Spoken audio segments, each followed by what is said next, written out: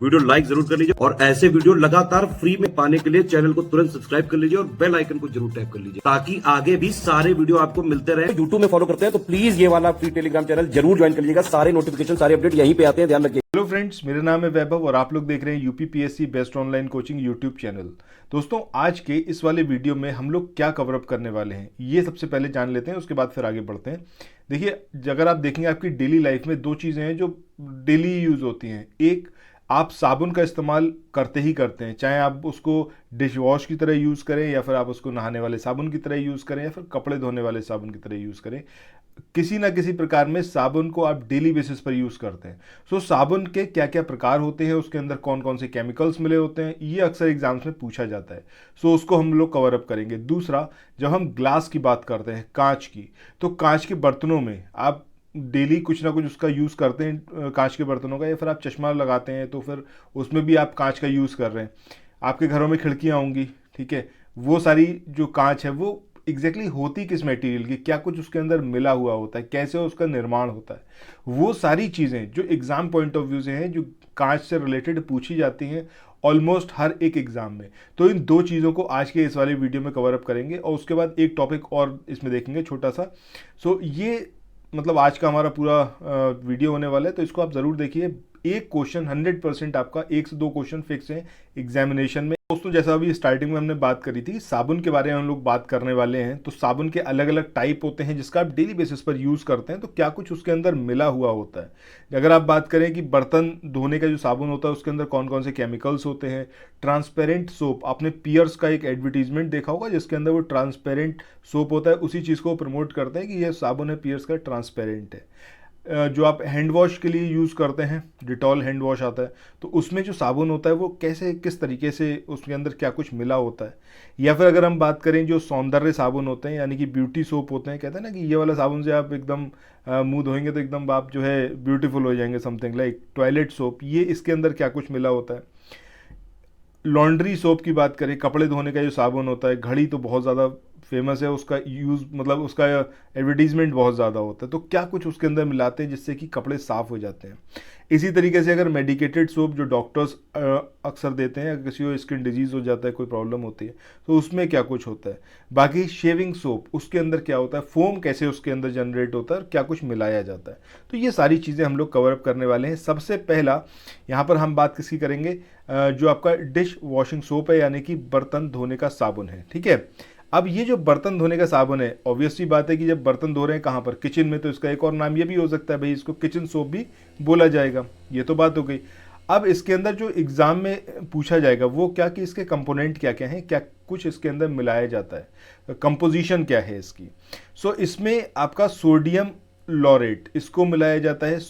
इसके अलावा sodium laureth sulphate और सोडियम डोडेसिल बेंजीन सल्फोनेट, इन दो का नाम याद रखना है। इसके अलावा लैक्टिक अम्ल का आपको नाम याद रखना है। इन तीनों का जो मिश्रण है, इसके हेल्प से आपका ये कैसा बनता है, किचन सोप बनता है, ठीक है। Sodium laureth sulphate, sodium dodecyl. Uttar Pradesh PCS की तैयारी कर रहे हैं, आप आरओ की तैयारी करना चाहते हैं, बीईओ की तैयारी करना चाहते हैं, इन तीनों एग्जाम की अगर आप तैयारी करने चाहते हैं तो स्टडी फॉर सिविल सर्विसेज के कोर्सेज को आप ज्वाइन कर सकते हैं कंप्लीट तैयारी के लिए। ये वन स्टॉप डेस्टिनेशन है, यहाँ पर आपको सब कुछ मिलेगा, जिसमें स्टडी मटेरियल रहेगा, टेस्ट सीरीज रहेंगी, पेड क्विज रहेंगी, सब कुछ आपको एक ही जगह पर मिलेगा। और ये सब कुछ सफिशिएंट होगा आपके एग्जाम को क्रैक करने के लिए, एग्जाम को निकालने के लिए। लेटेस्ट ग्रुप स्टार्ट हो चुके हैं और उन ग्रुप में आपको एडमिशन लेने के लिए सिंपली जो ये नंबर मैं आपकी स्क्रीन पर लिख रहा हूँ, इन नंबर्स पर आप कॉल कर सकते हैं। 8564880530, इस नंबर पर आप संपर्क कर सकते हैं। इसके अलावा 9696066089, इस नंबर पर कांटेक्ट कर सकते हैं, या फिर आप 7523864455, इन तीनों में से किसी भी नंबर पर कॉल करके आप हमसे संपर्क कर सकते हैं और ये लेटेस्ट ग्रुप जो है इसमें आप एडमिशन ले सकते हैं। बेंजीन, सल्फोनेट और लैक्टिक अम्ल, कहीं चाहें तो इस सब चीज़ को जो मैं आपको बता रहा हूँ, इसको कहीं पर आप माइक्रो नोट्स की फॉर्म में अपने पास रखिए, ताकि एग्जाम में अगर आपको उस टाइम पर रिवाइज करना हो तो आपके पास अपने माइक्रो नोट्स हों, तो आप उसको मल्टीपल टाइम्स रिवाइज कर पाएंगे। अदरवाइज अगर आपने पेड ग्रुप में ज्वाइन करा हुआ है तो वेल एंड गुड है, फिर कोई इशू है ही नहीं, ठीक है। नेक्स्ट बात करते हैं हम ट्रांसपेरेंट सोप। जो भी मैं आपको स्टार्टिंग में बता रहा था कि पियर्स का जब आपने ऐड देखा होगा तो उसमें बोलते हैं ना कि इसके अंदर जो है ये हमारा साबुन कैसा है, एकदम ट्रांसपेरेंट है, इसी चीज़ को प्रमोट करते हैं। अब ये ट्रांसपेरेंट किस तरीके से बनाया जाता है, ये बेसिकली आप इसके अंदर याद रखिएगा कि जो एथिल एल्कोहल होता है, ठीक है, तो हाई टेम्परेचर पर, उच्च तापमान पर एथिल एल्कोहल मिलाया जाता है साबुन को पारदर्शी बनाने के लिए। ठीक है, साबुन को पारदर्शी बनाने के लिए हाई टेम्परेचर पर एथिल एल्कोहल को मिलाया जाता है। उसके बाद वो कैसा बनता है, आपका ट्रांसपेरेंट। इसके बाद नेक्स्ट हम बात करते हैं लिक्विड सोप की। जो मैंने अभी आपको स्टार्टिंग में बताया था कि भाई डिटॉल का हैंड वॉश आप यूज़ करते हैं, सो उसमें क्या कुछ मिलाया जाता है और मतलब किस तरीके से वो होता है। तो देखिए यहाँ पर दो बातें याद रखने की हैं। सबसे पहला कि जो आपका लिक्विड सोप होता है उसकी मैन्युफैक्चरिंग में पोटेशियम हाइड्रोक्साइड इसका यूज़ किया जाता है। ये आपको बेसिकली याद रखना है, पोटेशियम हाइड्रोक्साइड यानी कि KOH का यूज़ किया जाता है। और जो आपका बार सोप होता है, फिर ठोस साबुन होता है, उसके कंपैरेटिवली इसकी जो पूरी मैन्युफैक्चरिंग का प्रोसेस है वो बहुत ज़्यादा कॉम्प्लेक्स होता है। ठीक है, तो एग्जामिनेशन में दो तरीके से ये क्वेश्चन आ सकता है या फिर दो स्टेटमेंट में आ सकता है कि जो आपका लिक्विड सोप होता है उसके मैन्युफैक्चरिंग में KOH यानी कि जो आपका पोटेशियम हाइड्रोक्साइड है इसका इस्तेमाल किया जाता है। दूसरा स्टेटमेंट होगा कि जो ठोस साबुन है उसका निर्माण, उसके निर्माण की प्रक्रिया जो है वो लिक्विड सोप की तुलना में कम जटिल होती है। इस तरीके से आपको दो स्टेटमेंट में ये क्वेश्चन पूछा जा सकता है, तो याद रखिएगा।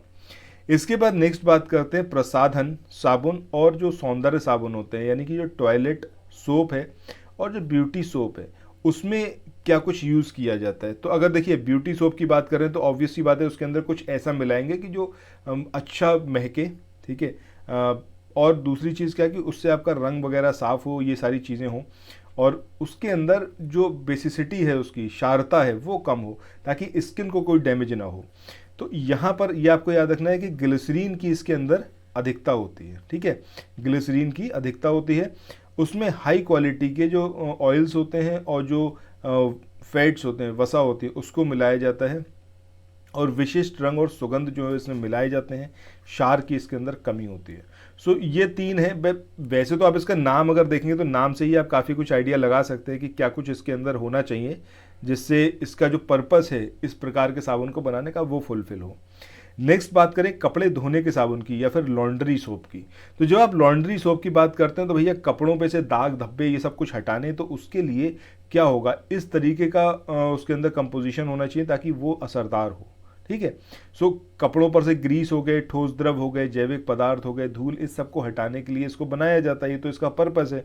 दूसरा जो इम्पॉर्टेंट है वो है आपका सोडियम सिलिकेट इसमें मिलाया जाता है, बोरेक्स मिलाया जाता है, सोडियम कार्बोनेट और सोडियम रोजिनेट, ये सब कुछ इसके अंदर मिलाए जाते हैं। तो ये आपको यहाँ पर बेसिकली याद रखना है कि sodium silicate, borax, sodium carbonate और सोडियम रोजिनेट, इसको मिलाकर बनाया जाता है कपड़े धोने का साबुन। इसके बाद आगे बढ़ते हैं और बात करते हैं नेक्स्ट जो है आपका मेडिकेटेड सोप, जो अक्सर डॉक्टर आपको लिख के देते हैं इफ इन केस कोई स्किन डिजीज़ होती है। सो जो ये आपका मेडिकेटेड सोप है ये कैसा होना चाहिए कि भैया इसके अंदर एंटीसेप्टिक और डिसइंफेक्टेंट्स यानी कि विसंक्रामक और रोगाणुरोधी ये पदार्थ इसके अंदर होने चाहिए ताकि वो आपकी स्किन को सिक्योर कर पाएँ। इसके बाद नेक्स्ट हम बात करते हैं ये आपका दाढ़ी बनाने का साबुन। अब इसमें जो झाग वगैरह उत्पन्न होते हैं तो उसके लिए इसके अंदर क्या मिलाया जाता है, तो रेजिन नाम का एक गोंद होता है उसको मिलाया जाता है। ये आपको मेनली याद रखना है कि ज़्यादा झाग बनाने के लिए इसमें रेजिन जो है उसको मिलाया जाता है। ठीक है, इसके बाद अब जो नेक्स्ट है वो है आपका कांच का प्रकार और उसके यूज़। ये अक्सर एग्जामिनेशन में एक ना एक क्वेश्चन पूछा जाता है। तो सबसे पहली कांच जो है वो है आपकी क्राउन कांच। ठीक है, क्राउन कांच में क्या क्या होता है आपका सोडियम ऑक्साइड और पोटेशियम ऑक्साइड और सिलिकॉन डाइऑक्साइड, ये इसका संगठक है यानी कि इसका कंपोजिशन है। सोडियम ऑक्साइड, पोटेशियम ऑक्साइड और सिलिकॉन हाइड्रोक्साइड। अब इसका यूज़ कहाँ पर होता है, एक यूज़ ही आपसे एग्जामिनेशन में पूछा जाता है। चश्मों के लेंस और प्रकाशीय उपकरण के निर्माण में इसका इस्तेमाल किया जाता है। क्राउन कांच की बात कर रहे हैं। नेक्स्ट बात करते हैं कार्ड्स कांच और सिलिका कांच की।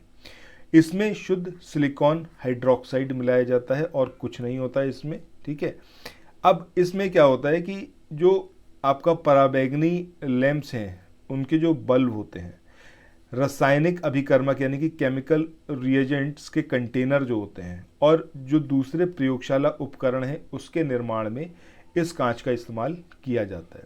सो ये देखिए, कहीं ना कहीं अपना आप लिखते रहिएगा जो मैंने आपको बताया, क्योंकि ये बहुत इंपॉर्टेंट है। और अगर आपने ज्वाइन करा हुआ है पेड ग्रुप, तब आपके पास पीडीएफ रहेगा, मल्टीपल टाइम्स उसको ज़रूर रिवाइज करिएगा। इसके बाद क्रुक्स कांच की बात करें तो क्रुक्स कांच में सीरियम ऑक्साइड CEO ये होता है, इसके साथ में सिलिका जो कि आपका पराबैंगनी किरणों के अवशोषण में सक्षम होती है। ठीक है, इसको इसके अंदर मतलब ये दोनों इसके जो है संगठक हैं। धूप के जो चश्मे होते हैं उसके निर्माण में इस कांच का इस्तेमाल किया जाता है। ठीक है, सो एग्जामिनेशन में इसी तरीके से पूछा जाएगा कि धूप के कांच, वो धूप के जो चश्मे हैं उसको बनाने के लिए किसका इस्तेमाल किया जाता है, तो वो आपको याद रखना है, क्रुक्स कांच का यूज़ किया जाता है। इसके बाद फोटोक्रोमेटिक कांच, जिसको आपने अक्सर देखा होगा, कई लोग चश्मा लगाते हैं, जैसे ही धूप में जाएंगे वो चश्मा उनका नॉर्मल होगा, बट धूप में जाने के बाद वो काला हो जाएगा। सो उसमें क्या कुछ होता है, क्या कुछ मिलाया जाता है, उसका संगठक क्या है, ये सारी चीज़ यहाँ पर देखते हैं। तो इसमें आपको याद रखना है कि सिल्वर क्लोराइड अथवा अन्य सिल्वर हैलाइड्स की उपस्थिति की वजह से ये जो कांच होती है धूप में काली पड़ जाती है। किसकी वजह से? आपका सिल्वर क्लोराइड और दूसरे जो सिल्वर हैलाइड्स हैं उसकी प्रेजेंस होती है, ये चीज़ याद रखनी है। सामान्य चश्मे और धूप के चश्मों के लेंस जो होते हैं उसके निर्माण में इसका यूज़ किया जाता है, फोटोक्रोमेटिक कांच का। इसके बाद आगे बढ़ते हैं और बात करते हैं जेना कांच की। अब ये जो जेना कांच है इसमें आपका जिंक और बेरियम बोरोसिलिकेट इसका यूज़ किया जाता है। बोरोसिलिकेट क्या है? बोरियम बोरोसिलिकेट ये कांच का एक सर्वोत्तम प्रकार है। अब प्रयोगशाला में उच्च अभिक्रियाशील रसायनों को रखने की जो बोतल होती है उसके निर्माण में इसका इस्तेमाल किया जाता है। इसके बाद आगे बढ़ते हैं और बात करते हैं आपकी सॉफ्ट ग्लास, सोडा कांच और सोडा लाइम कांच की। तो सोडियम कार्बोनेट, कैल्शियम कार्बोनेट और सिलिका इसका इसके अंदर मिश्रण रहता है, ये सारे इसके कंपोनेंट हैं, और सिलिकॉन हाइड्रोक्साइड। ठीक है, अब यहाँ पर जो है सामान्य बर्तन, दरवाजे, खिड़कियों के शीशे, ट्यूबलाइट के निर्माण में और प्रयोगशाला के जो उपकरण होते हैं, लेबोरेटरी के जो अपरेटस होते हैं उसके बनाने में, उसके निर्माण में इसका इस्तेमाल किया जाता है। इसके बाद आगे बात करते हैं हार्ड ग्लास की और जो आपका पोटाश लाइम कांच है और पोटाश की। तो इसमें जो है सिलिका, पोटेशियम कार्बोनेट और कैल्शियम इसका इस्तेमाल किया जाता है, ये इसके संगठक हैं। और प्रयोगशाला के जो उपकरण होते हैं, बीकर, फ्लास्क, इन सबको बनाने में इसका इस्तेमाल किया जाता है, परखनली वगैरह। ठीक है, इसके बाद नेक्स्ट कांच की बात करते हैं। अगली कांच है आपकी पाइरेक्स कांच, या फिर और आपका दूसरा इसका नाम है सोडियम बोरोसिलिकेट ग्लास।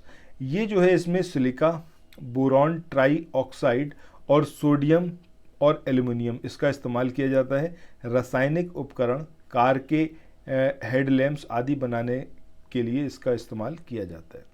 इसके बाद आगे बात करते हैं फ्लिंट ग्लास की, या फिर चमकीला जो कांच होता है। इसमें सोडियम, पोटेशियम और लेड सिलिकेट जो कि उच्च अपवर्तनांक का होता है वो इसके संगठक हैं। विद्युत बल्ब, दूरदर्शी जो होता है आपका, उसके लेंस हो गए, प्रिज्म हो गया, कलात्मक वस्तुएं हो गए, उस सब के निर्माण में इसका इस्तेमाल किया जाता है। सो दोस्तों, आज हमने दो बहुत इंपॉर्टेंट टॉपिक्स को कवर अप किया है, एक है आपका कांच और दूसरा है आपका साबुन।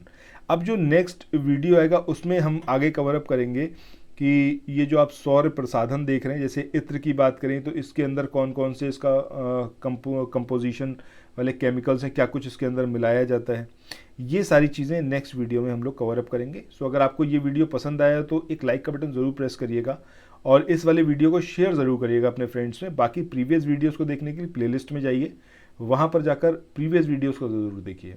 इसके अलावा चैनल पर पहली बार आए थे, चैनल को सब्सक्राइब करना बिल्कुल मत भूलिएगा और नोटिफिकेशन बेल के आइकन को ज़रूर प्रेस करिएगा। Thank you so much.